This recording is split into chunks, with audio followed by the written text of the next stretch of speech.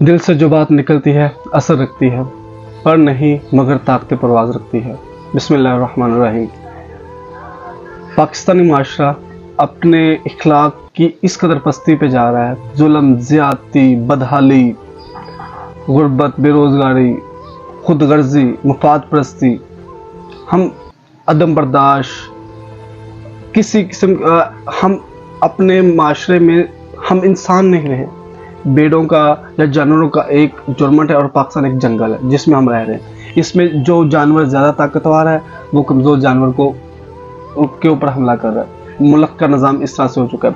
यहाँ पर इंसान नहीं रह रहे, यहाँ पर इस वक्त जानवर रह रहे हैं। मार दो, जला दो, ख़त्म कर दो, तबाह कर दो। क्या ये इस्लाम है? ऐसा तो इस्लाम ने कहीं नहीं कहा। जरावाला वाक़े के ऊपर हम बात करते हैं। आज एक मिसाल के साथ हम शुरू करते हैं। फ़र्ज़ करें आपने मेरे ऊपर कुछ जुल्म किया, मेरे साथ कुछ गलत किया। अब मैं इतना ताकतवर नहीं हूँ कि मैं आपसे बदला ले सकूँ, तो मैं क्या करूँ? मैं आपकी फैमिली में से आपके फादर को, आपकी मदर को, आपकी सिस्टर को, आपके भाई से किसी से बदला लूँ, उनको कत्ल कर दूँ। ये कहाँ का इंसाफ है? इस्लाम ने ऐसा कुछ नहीं कहा। बिल्कुल ऐसे ही अगर तौहीन हुई है फ्रांस के अंदर और स्वीडन के अंदर, आप उनका कुछ कर नहीं सकते। एटमिक पावर होने के बावजूद आप उनका कुछ नहीं कर सकते। क्यों? क्योंकि आपने तो उनके तलवे चाटने, आपने उनसे माल लेके खाना है, आप उनका कुछ नहीं कर सकते। तो आपने क्या किया? अपने मुल्क के अंदर मौजूद जो अक़लियती हमारे मसीही लोग हैं, आपने उनके ऊपर हमला किया। आपने उनके गिरजाघरों को आग लगा दी, जिनका उन स्वीडन और फ्रांस वालों से कोई ताल्लुक ही नहीं है। इसका पस मंज़र कुछ इस तरह से है। कहा गया है कि सुबह फजर टाइम किसी ने कोई तौहीन में अल्फाज लिख के और नीचे अपना नाम लिख के वहाँ करीबी मस्जिद के सामने फेंक दिया था। और सुबह टाइम फजर टाइम नमाजी जो आए उन्होंने वो पेज पकड़ा और उसको पढ़ा और उन्होंने कहा अच्छा इस बंदे ने ये तौहीन किया। अक्ल इस बात को नहीं मानती कि जो बंदा तौहीन करता है वो खुद नीचे अपना नाम भी लिखेगा। वो लिखेगा कि हाँ भी मैं तौहीन कर रहा हूँ। क्या कोई अक्ल इस चीज़ को मानती है? तो ये साफ पता चलता है कि ये पूरी एक मनसूबाबंदी के तहत ये काम किया गया। और अफसोस के साथ जब आप लोग गिरजाघरों को जला रहे थे तो आप लोगों ने वो नहीं देखा कि उन्होंने लिखा हुआ था फ्रांस और स्वीडन में जो कुरान पाक की बेहरमती हुई है या सरकार पाक की बेहरमती की गई है, हम उसकी मजम्मत करते हैं। हमारे मसीही भाई उनकी मजम्मत कर रहे हैं यहाँ पर बैठकर स्वीडन और फ्रांस में वाले, और हम उन्हीं भाइयों को क्या कर रहे हैं? उन्हीं के ऊपर जुल्म कर रहे हैं, उन्हीं की इबादत गाहों को जला रहे हैं। इकबाल ने आप ही लोगों के लिए कहा था, तुम सैयद भी हो, मिर्ज़ा भी हो, अफ़गान भी हो, तुम सभी कुछ हो, बताओ मुसलमान भी हो। अच्छा अब अगर मगरिब की सोच का मुताला करें तो मगरिब और पूरा अमेरिका ये कहता है कि कुरान एक ऐसी किताब है जिसके अंदर जंग और जहाद के बारे में लिखा हुआ है कि अगर दुनिया में कोई मुसलमान नहीं है तो उसको मुसलमान किया जाए, अगर वो मुसलमान नहीं होता तो उसका दुनिया में रहने का हक नहीं है, उसको कत्ल कर दिया जाए। बस मुसलमानों की ये सोच है। हालांकि कुरान के अंदर ऐसा नहीं लिखा। कुरान के अंदर अमन, प्यार, मोहब्बत के बारे में भी अल्लाह ताला ने इरशाद फरमाया। और ये जो जाहिल मुसलमान जिन्होंने जाके गिरजाघरों को जलाया है और मसीही लोगों को उनके घरों को जलाया है, आप मुझे ये बताएं कि इन्होंने कुरान क्या कभी खुद इन्होंने कुरान को पढ़ा? जिस कुरान की खातिर ये गए हैं वहाँ पर गिरजाघरों को चलाने के लिए और एक अफवाह के ऊपर कि बस जी एक किसी ने बेरहमती किया कागज़ पे लिख के, क्या इन्होंने खुद कभी कुरान पढ़ा? अफसोस के साथ ये कहना पड़ेगा कि इन्होंने भी उतना ही कुरान पढ़ा जितना मगरिब ने पढ़ा। मगरिब ने भी अपने मतलब की चीज़ निकाली मुसलमानों के ऊपर हमला करने के लिए और मुस्लिम उम्मत को बिखेरने के लिए। और ये जो जाहिल हमारे मुसलमान हैं इन्होंने भी सिर्फ इतना पढ़ा और जाके ये हरकतें कर दी, जबकि ऐसा कुछ भी नहीं है। इंटरनेशनल मीडिया और इंडियन मीडिया की न्यूज़ सुनने के बाद अफसोस के साथ ये कहना पड़ेगा, शोर है होगे दुनिया से मुसलमान नाबूद। हम ये कहते हैं कि थे कहीं मुस्लिम मौजूद।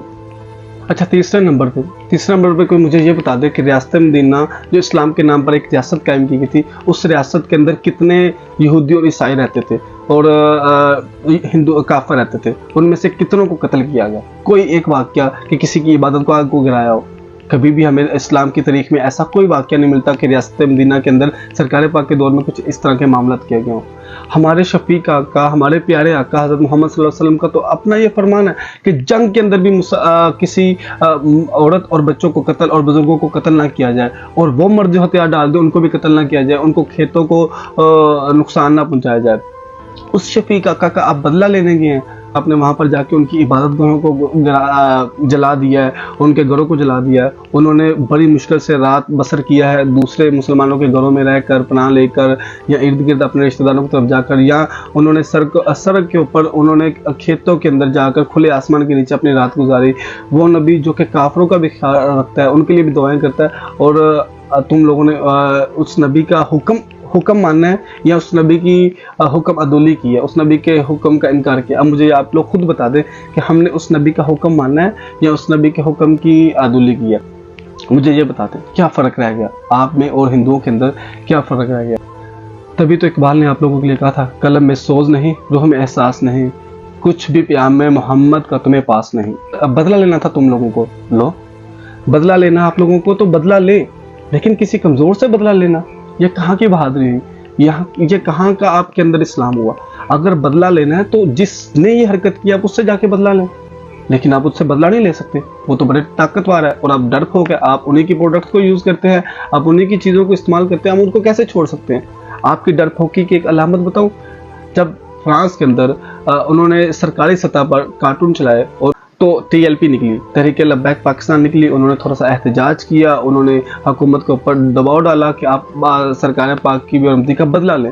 तो उस वक्त के sitting prime minister Imran Khan साहब क्या करते हैं, बदला लेने की बजाय अपने ही लोगों के ऊपर तेज़ाब बम गिराते हैं, उनके ऊपर गोलियां चलाते हैं, न जाने कितने आशिक रसूल उस मामला में शहीद हुए।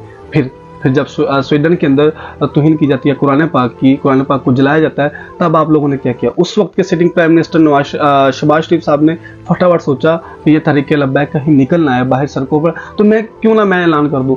एक एटमी मुल्क का एक वजीर आजम, सिटिंग प्राइम मिनिस्टर, जिसके हाथ में बटन है, एटम बम का बटन, जो चाहे तो दुनिया को तबाह कर सकता है। अल्लाह पाक की इतनी बड़ी दी गई नेमत उसके हाथ में है, लेकिन वो क्या ऐलान करता है, डरपोक तरीन इंसान, वो क्या ऐलान करता है, हम जुमे वाले दिन एहतजाज करेंगे। तो वो इससे डर गए कि TLP कहीं बाहर ना निकले। उन्होंने ये आप एटमी मुल्क होने के बावजूद आप क्या एहतजाज कर रहे हैं, और क्या एहतजाज किया मुझे ये बता दें। नारे लगाए, अपनी रोड्स के ऊपर निकल के नारे लगाए। ये तो सरकार पाक, और जब अल्लाह के सामने आप लोग जाएंगे और अल्लाह पाक जब पूछेंगे तो ये तो तुम लोग तब जवाब दोगे। ये तो सिटिंग प्राइम मिनिस्टर ने इसलिए किया कि कल को जब इन्होंने भागना है तो उन्हीं मुल्कों में जाके इन लोगों ने अपना लेनी है। और तीसरे नंबर पर TLP की बात कर लेते हैं। TLP अगर निकलती है तो वो क्या करती है, अपनी इमलाक को नुकसान पहुंचाना शुरू कर देती है। अब मुझे नहीं पता, TLP वाले कहते हैं कि ये जो मामला सारे हैं ये साजिश होती है, कोई और करता है, लेकिन अक्सर वीडियोस में TLP वालों को खुद देखा गया है कि वो गाड़ियों को चला रहे हैं, नुकसान पहुंचा रहे हैं, अपने ही मुल्क की इमलाक को नुकसान पहुंचा रहे हैं। ऐसा तो कहीं पर भी नहीं होता। यहाँ पर फिर मैं इकबाल के शेर का जिक्र करूँगा आप लोगों से। इकबाल कहता है, जिस कुरान का आप लोग बदला लेने के लिए गए, इकबाल ने उसी कुरान के बारे में एक बहुत खूबसूरत शेर लिखा है, मैं आप लोगों को सुनाता हूँ। इकबाल अपने इस्लाफ के बारे में बात करते हुए कहता है कि वह ज़माने में मोअज़्ज़ज़ थे मुसलमान होकर, हम ख्वार हुए तरीके कुरान होकर। और आखिर में मैं ये कहना चाहूँगा कि बाबाए कौम कायद-ए-आज़म मोहम्मद अली जिन्ना, जिन्होंने इस वतन को बनाया, इस्लाम के नाम पर इस वतन को बनाया। ये दूसरी रियासत है रियासत मदीना के बाद जिसको इस्लाम के नाम पर, ला इलाहा इल्लल्लाह मोहम्मद रसूलुल्लाह के नाम पर इस वतन को बनाया गया। इस वतन में जब इस मुल्क को हासिल कर लिया तो बाबाए कौम कायद-ए-आज़म मोहम्मद अली जिन्ना के अपने अल्फाज हैं, आप लोगों ने सब ने सुने होंगे। 14 अगस्त को आप लोग सब सुनते हैं, तब आप लोगों के सबके जज्बात जाग जाते हैं। तो आपने ये सुने होंगे कि मोहम्मद अली जिन्ना फरमा रहे हैं कि आप इस मुल्क में आज़ाद हैं, आप आज़ाद हैं अपने मंदिरों में जाने के लिए, अपनी मस्जिदों में जाने के लिए, और अपनी जिस भी मज़हब से आप ताल्लुक़ रखते हैं, जिस भी इबादतगाह में आप जाने के लिए आप लोग आज़ाद हैं।